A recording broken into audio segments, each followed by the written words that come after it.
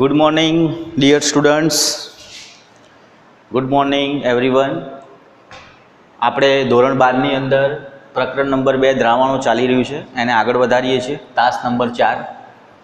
તો જે નવા પરિપત્ર પ્રમાણે ગવર્મેન્ટના નવા રૂલ્સ પ્રમાણે આપણે જે ટોપિક નથી લેવાના નવા અભ્યાસક્રમમાં જે હવે ચલાવવાનું થશે એમાં, તો એ અનુસાર આપણે અજ્ઞાત પદાર્થનું જે આણ્વીય દળ છે એના જે ટોપિક છે એ આપણે લેતા નથી, કારણ કે તમારે એ અભ્યાસક્રમમાં આ વખતે જે 30% કપાત છે એની અંદર લેવાનું નથી.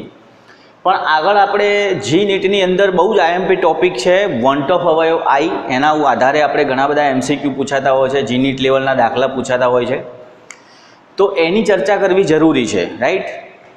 તો વોન્ટ ઓફ અવયવ આઈ અહીંયા જગ્યાના અભાવે આપણે એની વ્યાખ્યા નથી કરી શકતા કે વોન્ટ ઓફ અવયવ આઈ શું છે, પણ હું તમને સમજાવી દઉં છું. તો બુકની અંદર બહુ સારી રીતે તમે એને સમજી શકશો કે જ્યારે કોઈ ઉત્તમ દ્રાવકની અંદર કોઈ પદાર્થ જ્યારે ઓગાળવામાં આવે, એકથી વધારે પદાર્થ ઓગાળવામાં આવે, બરાબર છે. દાખલા તરીકે પાણી ઉત્તમ દ્રાવક છે તો તમે એની અંદર ખાંડ ઓગાળો છો, રાઈટ, તો એનું આણ્વીય દળ તમે શોધી શકો છો વ્યવસ્થિત રીતે. પણ જ્યારે પાણી દ્રાવકની અંદર એકથી વધારે પદાર્થો જ્યારે ઓગાળવામાં આવે, રાઈટ, તો એ સમયે એનો સંખ્યાત્મક ગુણધર્મ લાગુ પડે છે. કોઈ પણ પદાર્થના કણો અંદર ઓગળે એટલે એની અંદર સંખ્યાત્મક ગુણધર્મ આપણને લાગુ પડતો જોવા મળે છે. ત્યારે એનું જે પદાર્થ જે છે, દાખલા તરીકે તમે બેન્ઝોઇક એસિડ છે, પછી ગ્લુકોઝ છે, સુક્રોઝ છે, આ જ્યારે તમે પાણીમાં ઓગાળો ત્યારે એનું જે મૂળભૂત આણ્વીય દળ જે છે અને આપણે કહીશું પ્રાયોગિક આણ્વીય દળ અને બીજું છે સૈદ્ધાંતિક આણ્વીય દળ. આ બે પ્રકારના આણ્વીય દળ હોય છે. તો એનું મૂળભૂત આણ્વીય દળ શોધવું મુશ્કેલ બને છે. ત્યારે વોન્ટ ઓફ નામના વૈજ્ઞાનિકે એક નવી પદ્ધતિ વિકસાવી જેને આપણે કહીએ છીએ કે જે પદાર્થ ઓગાળ્યો છે એનું પ્રાયોગિક આણ્વીય દળ અને સૈદ્ધાંતિક આણ્વીય દળ નક્કી કરી અને વોન્ટ ઓફ અવયવ આઈ આપણે શોધી શકીએ છીએ, રાઈટ. તો સમજણ પડશે. તો આપણે એના માટે ચર્ચા કરીએ કે વોન્ટ ઓફ અવયવ આઈ જે છે એ કેટલા નિયમોમાં લાગુ થાય છે. તો જુઓ, રાઉલ્ટનો નિયમ તમે ભણી ગયા ચેપ્ટરમાં. ઉત્કલન બિંદુ ઉન્નયન મેં તમને શીખવાડ્યું છે. ઠાર બિંદુ અવનયન મેં તમને શીખવાડ્યું છે. અભિસરણ દબાણની પણ આપણે લાસ્ટ લેક્ચરમાં ચર્ચા કરી છે. તો આ બધા જે સૂત્રો આપણે જોયા છે, દાખલા પણ ગણ્યા છે, તો એ બધા દાખલાની અંદર ક્યાંક ને ક્યાંક વોન્ટ ઓફ અવયવ આઈ આપણે લાગુ પાડવાનો છે. જુઓ, સૂત્ર તો એના એ જ છે, સૂત્રમાં કોઈ ફરક નથી. આ સૂત્ર ઉપરથી આઈને ખાલી ભૂલી જાઓ. અત્યારે આ જે છે N2/N1 + N2 KB × M KF × M અને WRT/MV, આ બધા જ સૂત્રમાં આપણે કિંમત મૂકીને દાખલા તમે ક્યાંક ને ક્યાંક ભણ્યા છો દ્રાવણ ચેપ્ટરની અંદર, રાઈટ. પણ વોન્ટ ઓફ નામના વૈજ્ઞાનિકે જે દાખલા હવે આપણે ગણાવીશું એની અંદર આઈ જે છે એને કહેવાય વોન્ટ ઓફ અવયવ આઈ તરીકે આપણે ઓળખીએ છીએ. તો એને ખાલી આ બધાની અંદર આઈ લાગુ પાડી દીધો અને નવા પ્રકારના દાખલા આપણે જોઈ શકીએ છીએ, બરાબર છે. તો ચારે ચાર સૂત્રની આપણે ચર્ચા કરી રહ્યા છીએ. પહેલું આપણે જોઈએ કે રાઉલ્ટનો જે નિયમ છે, તો રાઉલ્ટના નિયમની અંદર સૂત્ર આવું હતું કે P10 - P1/P10, રાઈટ. દ્રાવણના બાષ્પ દબાણમાં થતો સાપેક્ષ ઘટાડો N2/N1 + N2 આના બરાબર થાય છે. આ સૂત્ર ઉપરથી આપણે દાખલા શીખ્યા છીએ. ફક્ત આઈ વધારાનો ઉમેરવાનો છે. તો હવે વોન્ટ ઓફ અવયવ આઈ માટે આ સૂત્ર રાખીએ રાઉલ્ટના નિયમનું, તો કઈ રીતે લાગુ પડે? તો P10 - P1/P10 = I N2/N1 + N2. આ એનું સૂત્ર થશે. ચલો, પછી આપણે વાત કરીએ ઉત્કલન બિંદુ ઉન્નયન માટે. કોના માટે? ઉત્કલન બિંદુ ઉન્નયન માટે. તો ઉત્કલન બિંદુ ઉન્નયનમાં મેં તમને વાત કરી હતી કે ઉન્નયનની વાત આવે એટલે ΔTBમાં આપણે માપીએ છીએ અને ઠાર બિંદુ અવનયનની વાત આવે એટલે આપણે એને ΔTF કહીએ છીએ. આટલી ચર્ચા આપણે કરી હતી. તો ΔTF = આઈને ભૂલી જાઓ, KB × M. આ સૂત્ર આપણને ખબર છે. KB એટલે ઉન્નયન અચળાંક, M છે મોલારિટી છે, મોલારિટી. અને મોલારિટી બરાબર શું લખી શકાય? તો તમને શીખવાડી દઉં. શું? તો 1000 × W2/M2 × W1. એ આ એમની જગ્યાએ તમે મૂકી દો તો આખું સૂત્ર શું બની જાય? KB × 1000 × W2/M2 × W1. એનું એ સૂત્ર બની જાય જેમાં આપણે દાખલા ગણ્યા છે તે. તો એ આપણે મૂકી દઈએ. પણ એ સૂત્રમાં આગળ ખાલી શું ગુણવાનું છે? આઈ ગુણવાનો છે. એટલે વોન્ટ ઓફ અવયવ આઈ માટેનું સૂત્ર થઈ જાય. બીજું બધું સેમ. ત્રીજા નંબરમાં ઠાર બિંદુ અવનયનની વાત છે. તો અવનયન માટે ΔTF આપણે ભણીએ છીએ. ઉન્નયન માટે ΔTB, અવનયન માટે ΔTF અને એનો અચળાંક છે ને આપણે કહીએ છીએ KF. તો delta TF is equal to KF into M છે, પણ એને આઈ વડે ગુણી દઈએ. આગળ વોન્ટ ઓફ અવયવ આઈ વડે જો આપણે ગુણી દઈએ તો આઈ ઇન્ટુ કેએફ ઇન્ટુ એમ થઈ જશે. ઓકે, ચલો. અને છેલ્લે અભિસરણ દબાણ, તો અભિસરણ દબાણ pi is equal to WRT upon MV, એટલું તો આપણે શીખ્યા છીએ. મેં તમને લાસ્ટ લેક્ચરની અંદર લેક્ચર નંબર 3ની અંદર આના દાખલા ગણાયા છે. તો કયા સૂત્રનો ઉપયોગ કર્યો છે? અભિસરણ દબાણ pi is equal to WRT upon MV. ફક્ત વોન્ટ ઓફ એ શું ગુણી દીધું? આઈ વડે ગુણી દીધા. રાઈટ. તો વારાફરથી બધા જ દાખલા આપણે એક એક જોવાના છે. ઓકે, તો પહેલો દાખલો આપણે શરૂઆત કરીએ છીએ કે જેની અંદર ઠાર બિંદુ અવનયન માટે ગણવાનું છે. એટલે આ સૂત્રનો ઉપયોગ કરવાનો છે ઠાર બિંદુ અવનયન માટે. ઓકે, તો એ સૂત્રથી આપણે દાખલો ગણી રહ્યા છીએ.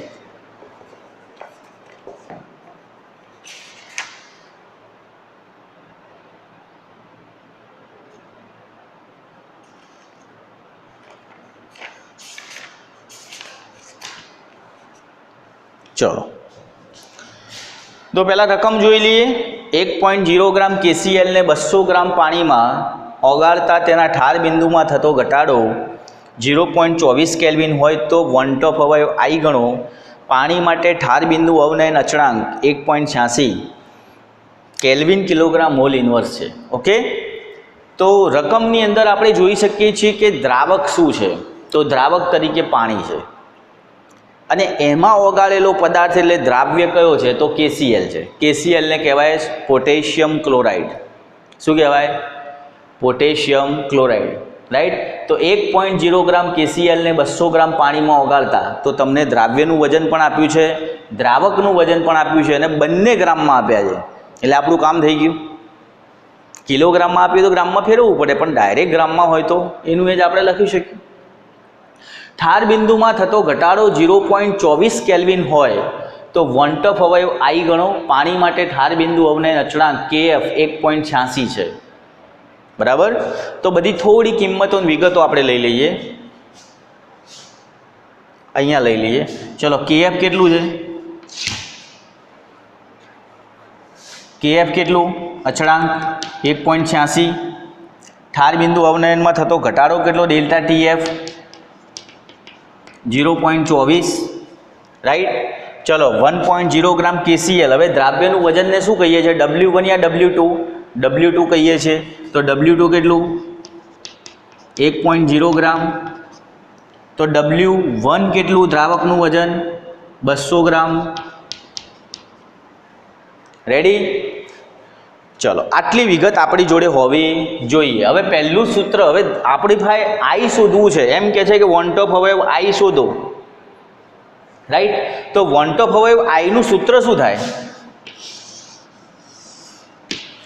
વોન્ટ ઓફ અવયવ આઈનું સૂત્ર શું થાય કે KCl નું સૈદ્ધાંતિક આણ્વીય દળ ભાગ્યા KCl નું પ્રાયોગિક આણ્વીય દળ. હવે KCl એટલે આપણે કહીશું દ્રાવ્ય, દ્રાવ્યનું સૈદ્ધાંતિક આણ્વીય દળ ભાગ્યા દ્રાવ્યનું પ્રાયોગિક આણ્વીય દળ, એવો શબ્દ વપરાય.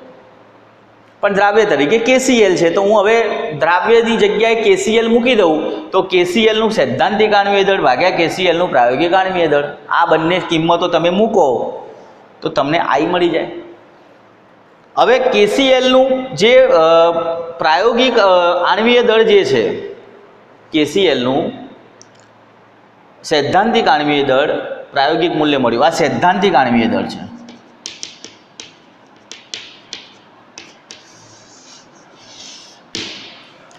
KCl નું જે સૈદ્ધાંતિક આણ્વીય દળ છે એ તો તમને પહેલેથી ખબર જ હોવી જોઈએ. આવો દાખલો પૂછાય ને KCl ની જગ્યાએ કોઈ બીજો રેડિકલ્સ આપેલો હોય, બીજો કોઈ દ્રાવ્ય પદાર્થ આપ્યો હોય તો તમે એના પરમાણુ ભાર ઉપરથી સીધું ગણી શકો. દાખલા તરીકે ગ્લુકોઝ વગાડ્યો હોય તો મેં તમને 2 થી 3 વાર શીખવાડ્યું કે ગ્લુકોઝ હોય તો ગ્લુકોઝનું સૈદ્ધાંતિક આણ્વીય દળ કેટલું થાય? 180 એના પરમાણુ ભાર ઉપરથી. તો બસ KCl નું સૈદ્ધાંતિક કેટલું થાય? પોટેશિયમ 39 અને ક્લોરીન 35.5, બંનેનો સરવાળો કરો એટલે 74.5 સૈદ્ધાંતિક થઈ ગયું. પણ પ્રાયોગિક આણ્વીય દળ ક્યાંથી લાવવું? આ મોટો પ્રશ્ન છે. તો પ્રાયોગિક આણ્વીય દળ એટલે તમને આ બધી જ વસ્તુ આપેલી છે અને તમે પ્રેક્ટિકલ કરો, લેબની અંદર ઊભા છો, પ્રેક્ટિકલ કરો અને પછી તમે જે મેળવો એ થશે પોટેશિયમ ક્લોરાઇડનું પ્રાયોગિક આણ્વીય દળ, રાઈટ? એ આ બધી જ મેટર ઉપરથી મેળવવાનું છે. આ બધું તમે લખી દીધું, એની ઉપરથી મળશે. ઓકે, તો પહેલાં આપણે શોધવાનું છે પ્રાયોગિક આણ્વીય દળ. તો દ્રાવ્યનું આણ્વીય દળ કેવું શોધવાનું છે? પ્રાયોગિક.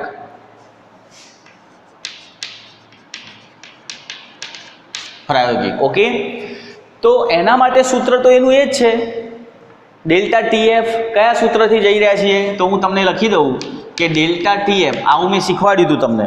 ધાર બિંદુ અવનયન માટે શું થાય? KF into 1000 W2 M2 into W1. ઠાર બિંદુ અવનયન માટે આ સૂત્ર હતું. ઠાર બિંદુ ઉન્નયન, ઉત્કલન બિંદુ ઉન્નયન માટે કયું હતું? તો ડેલ્ટા ટીબી મૂકી દેવાનું. Delta TB is equal to KB into 1000 ગુણ્યા W2 M2 ઇન્ટુ W1. પણ અહીંયા ઠાર બિંદુની વાત છે તો ડેલ્ટા ટીએફ માટે આવે. આ સૂત્ર તમને મેં આગળ શીખવાડ્યું છે, આની ઉપરથી દાખલા પણ તમે ગણ્યા છે. ઓકે, તો આનો જ ઉપયોગ કરવાનો છે. હવે તમારે આ શોધવાનું છે M2, દ્રાવ્યનું આણ્વીય દળ પ્રાયોગિક રીતે ગણવાનું છે. તમને જે પણ વસ્તુ આપેલી છે રકમમાં, એનો ઉપયોગ કરી આ M2 ને સૂત્ર કરતાં બનાવવાનું છે. હવે M2 ઉપર જતા રહે તો ચલો M2 ઉપર જતા રહે. અહીંયા આ M2 કહેવાય. તો M2 ઉપર જતા રહે, ડેલ્ટા ટીએફ નીચે આવી જાય. ડેલ્ટા ટીએફ નીચે આવી જાય, બસ પછી સેમ કિંમતો મૂકી દો બધી. ચલો, તો 1000 છે, કેએફની વેલ્યુ 1.86, કેસીએલનું વજન 1 ગ્રામ આપેલું છે, ડેલ્ટા ટીએફ કેટલો આપેલો છે? 0.24. દ્રાવકનું વજન, પાણીનું વજન આપેલું છે 200 ગ્રામ. બધી જ કિંમતો મૂકી દીધી. સમજણ પડી ગઈ? ચલો, તો પ્રાયોગિક મૂલ્ય આવશે, પ્રાયોગિક મૂલ્ય અથવા પ્રાયોગિક આણ્વીય દળ 38.75 ગ્રામ પ્રતિ મોલ. આ મળ્યું તમને પ્રાયોગિક મૂલ્ય. રેડી? ચલો, હવે તમારે શોધવાનું છે સૈદ્ધાંતિક આણ્વીય દળ. તો સૈદ્ધાંતિક આણ્વીય દળ મેં હમણાં જ કીધું કે કેસીએલનું સૈદ્ધાંતિક આણ્વીય દળ પોટેશિયમ માટે 39 એનો પરમાણુ ભાર, અને ક્લોરીનનો કેટલો થાય? 35.5. બંનેનો સરવાળો કરી નાખો તો 74.5 ગ્રામ પ્રતિ.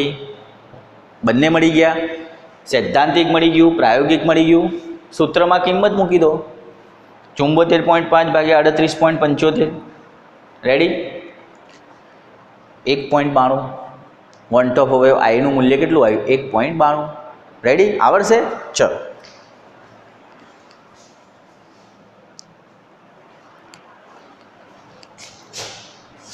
હવે આપણે આગળ બીજો દાખલો ગણી રહ્યા છીએ.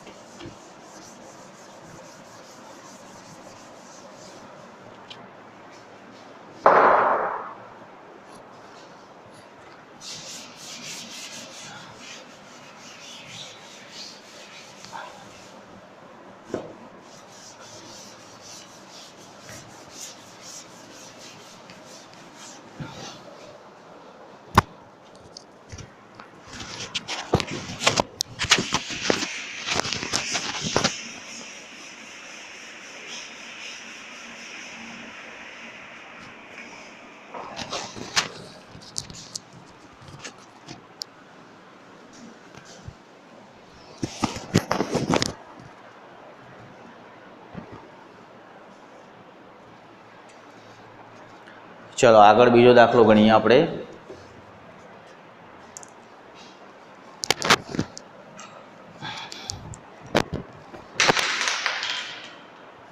તો રકમ છે 1.0 ગ્રામ બેન્ઝોઇક એસિડને 0.0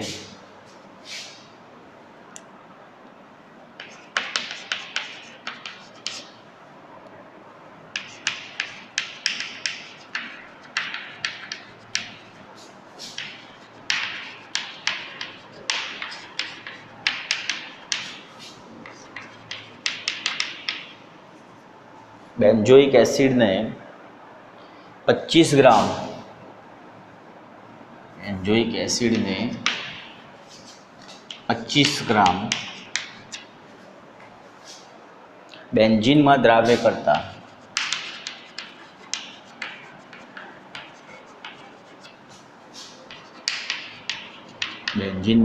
કરતા તેના ઠાર બિંદુમાં થતો ઘટાડો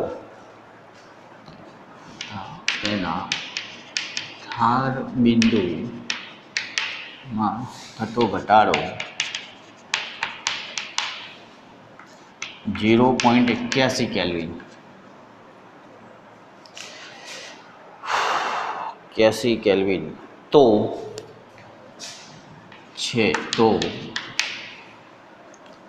સુયોજન અંશ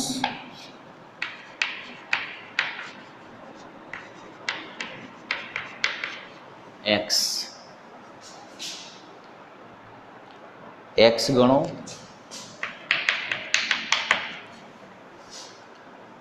ગણો દ્રાવકનો મોલલ અવનયન અચળાંક kf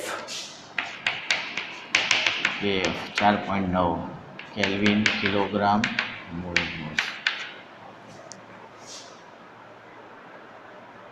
રેડી? ચલો ઓકે.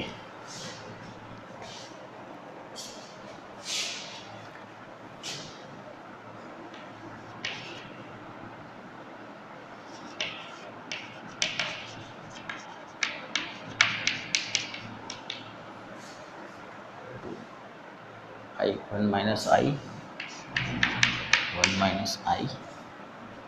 ને n minus 1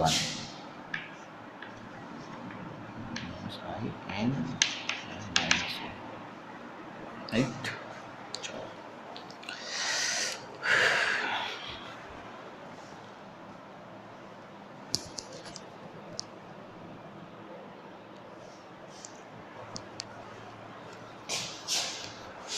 ચલો સ્ટુડન્ટ્સ, બહુ જ આઈએમપી છે સુયોજન અને વિયોજન. તો દ્રાવણની અંદર તમે પદાર્થને જ્યારે ઓગાળો એના કણો જ્યારે છૂટા પડતા હોય તો એને કહેવાય વિયોજન.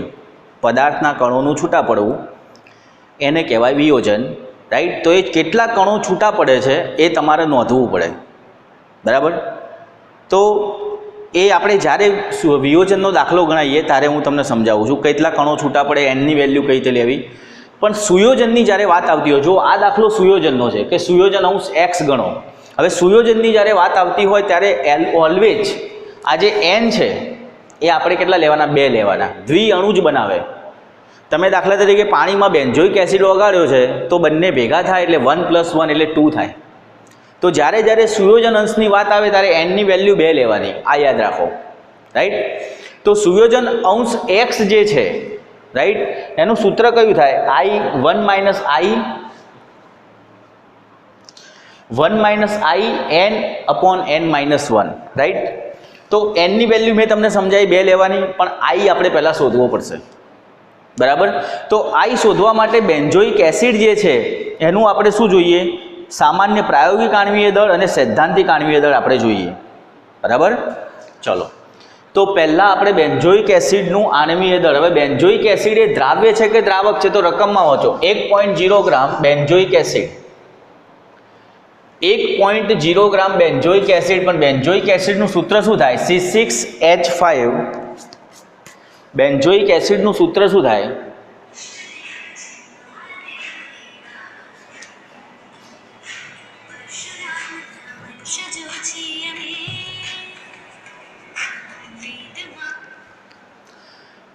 બેન્ઝોઇક એસિડનું સૂત્ર શું થાય? તો મેં લખી દીધું છે C6H5COOH. એને કહેવાય બેન્ઝોઇક એસિડ. તો એ પાણીમાં દ્રાવ્ય કરેલો છે. 25 ગ્રામ બેન્ઝીનમાં દ્રાવ્ય કરેલો છે.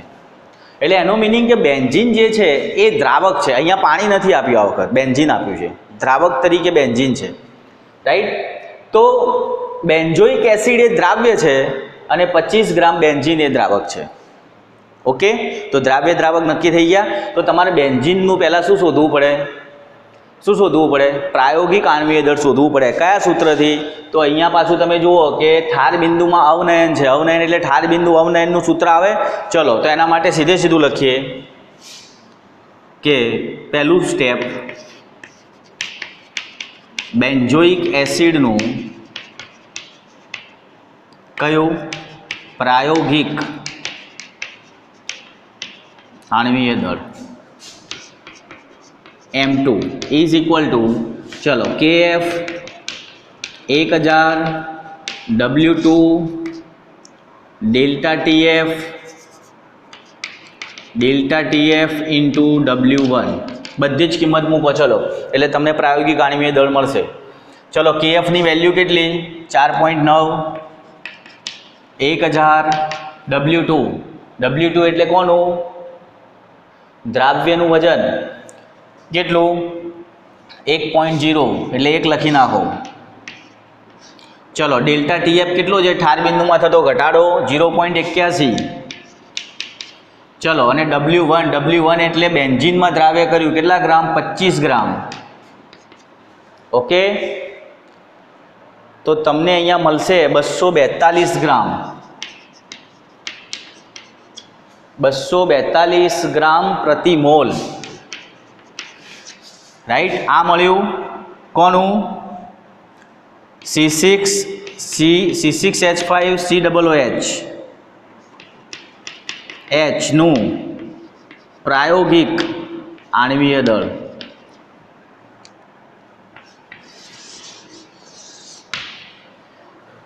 પ્રાયોગિક મળી ગયું. હવે તમારે કયું શોધવાનું? સૈદ્ધાંતિક શોધવાનું છે. તો આપણે બીજું સ્ટેપ લખીએ, બેન્ઝોઇક એસિડનું સૈદ્ધાંતિક આણ્વીય દળ. રાઈટ, કેટલું થાય?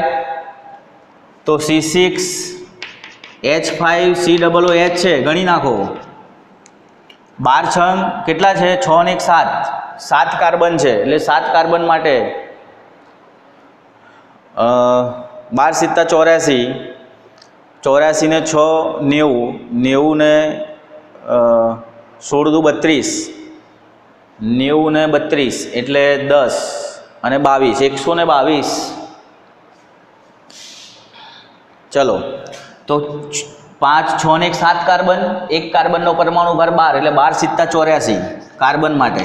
હાઇડ્રોજન 5 ને 1 6, તો 6 હાઇડ્રોજન અને 2 ઓક્સિજન, એક ઓક્સિજનનો પરમાણુ ભાર 16, 2 નો 32 એટલે ટોટલ 122 ગ્રામ પ્રતિ મોલ. રેડી? ચલો તો સૈદ્ધાંતિક મળી ગયું. હવે વોન્ટ ઓફ અવયવ I, ત્રીજા નંબરનું સ્ટેપ આપણે આ કરવાનું છે, સુયોજન અંશ. કારણ કે સુયોજન અંશ શોધવા માટે I ની જરૂર પડે. એટલે પહેલાં આપણે શું શોધીએ છીએ? બેન્ઝોઇક એસિડનું પ્રાયોગિક આણ્વીય દળ શોધ્યું, સૈદ્ધાંતિક શોધ્યું. આ બંને મળી જાય તો આપણને I મળે. ચલો તો વોન્ટ ઓફ અવયવ I ત્રીજા નંબરનું સ્ટેપ, અને આ ચોથું. વોન્ટ ઓફ અવયવ I શું કહીશું આપણે? દ્રાવ્યનું સૈદ્ધાંતિક આણ્વીય દળ ભાગ્યા દ્રાવ્યનું પ્રાયોગિક આણ્વીય દળ. દ્રાવ્ય એટલે બેન્ઝોઇક એસિડ, બંનેનું મૂકી દઈએ. ચલો સૈદ્ધાંતિક કેટલું આવ્યું? 122 અને પ્રાયોગિક કેટલું આવ્યું? 242. તો I ની વેલ્યુ કેટલી થાય? I ની વેલ્યુ થશે 0.5. તો વોન્ટ ઓફ અવયવ I આપણને મળી ગયો 0.5. ઓકે, ચલો હવે આપણી પાસે N છે, I છે, તો સુયોજન અંશ મળશે. તો સુયોજન અંશ is equal two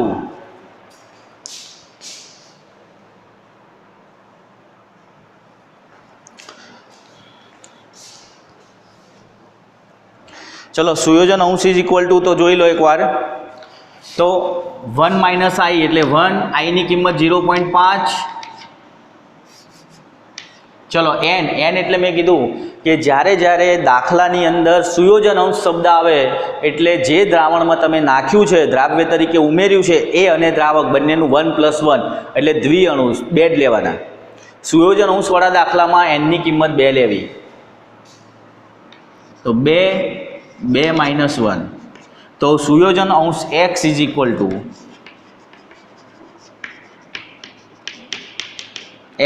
equal to જવાબ થશે 1.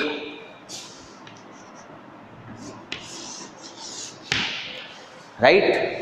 તો વિદ્યાર્થી મિત્રો, આપણા માટે બહુ જ ઇમ્પોર્ટન્ટ છે સુયોજન અને વિયોજન. આ દાખલા બોર્ડમાં પૂછાય જ છે, MCQમાં પણ પૂછાય છે, એટલે બહુ ધ્યાન આપો. તો સુયોજન માટેની આપણે વાત કરી તો આપણને બેન્ઝોઇક એસિડ આપ્યું છે, જે બેન્ઝીનમાં દ્રાવ્ય કરેલું છે. ઠાર બિંદુમાં થતો ઘટાડો આપ્યો છે 0.81 કેલ્વિન. તો સુયોજન અંશ x આપણને ગણવાનું કીધું છે. રાઈટ. ચલો KFની વેલ્યુ કેટલી લેવાની? 4.9 kelvin kilogram mall inverse. Okay. તો બેન્ઝોઇક એસિડનું પ્રાયોગિક આણ્વીય દળ પહેલાં શોધવું પડે, પછી સૈદ્ધાંતિક આણ્વીય દળ શોધવું પડે. આ બંને મળી જાય તો આપણને I મળી જાય, અને I મળી જાય તો સુયોજનની અંદર કિંમત મૂકી દઈએ સુયોજનના સૂત્રમાં, તો આપણને સુયોજન અંશ x પણ મળે છે. તો પહેલાં આપણે બેન્ઝોઇક એસિડનું પ્રાયોગિક આણ્વીય દળ 242 શોધી નાખ્યું દરેક કિંમતનો ઉપયોગ કરી. સૈદ્ધાંતિક શોધી નાખ્યું 122 ગ્રામ પ્રતિ મોલ. ચલો વન ટફ અવયવ I માટેનું સૂત્ર તો દ્રાવ્યનું સૈદ્ધાંતિક આણ્વીય દળ ભાગ્યા દ્રાવ્યનું પ્રાયોગિક આણ્વીય દળ. સૈદ્ધાંતિક તમારી જોડે છે 122, પ્રાયોગિક છે 242. Iની વેલ્યુ થશે 0.5. સુયોજન અંશ x ઇઝ ઇક્વલ ટુ સૂત્ર યાદ રાખો, ભૂલ ના થાય. વિયોજનનું અલગ છે, સુયોજનનું અલગ છે. 1 - I n/n-1. એનની કિંમત કેટલી લેવી? મેં પહેલાં પણ કીધું, ચોથી વખત રિપીટ કરું કે સુયોજનનો દાખલો આવે એટલે n બરાબર તમારે 2 લેવાના. રાઈટ. તો 1 - 0.5 2/2 - 1 સુયોજન અંશ x ઇઝ ઇક્વલ ટુ 1 આપણે લઈ શકીએ. ઓકે, આવડશે? તો નેક્સ્ટ લેક્ચરની અંદર તાસ નંબર 5ની અંદર આપણે વિયોજન માટેના 3 દાખલા ગણીશું. બરાબર. એના સિવાય પણ તમને વધારાના દાખલા કરાવીશું. બહુ જ ઇમ્પોર્ટન્ટ છે. Okay, thank you very much.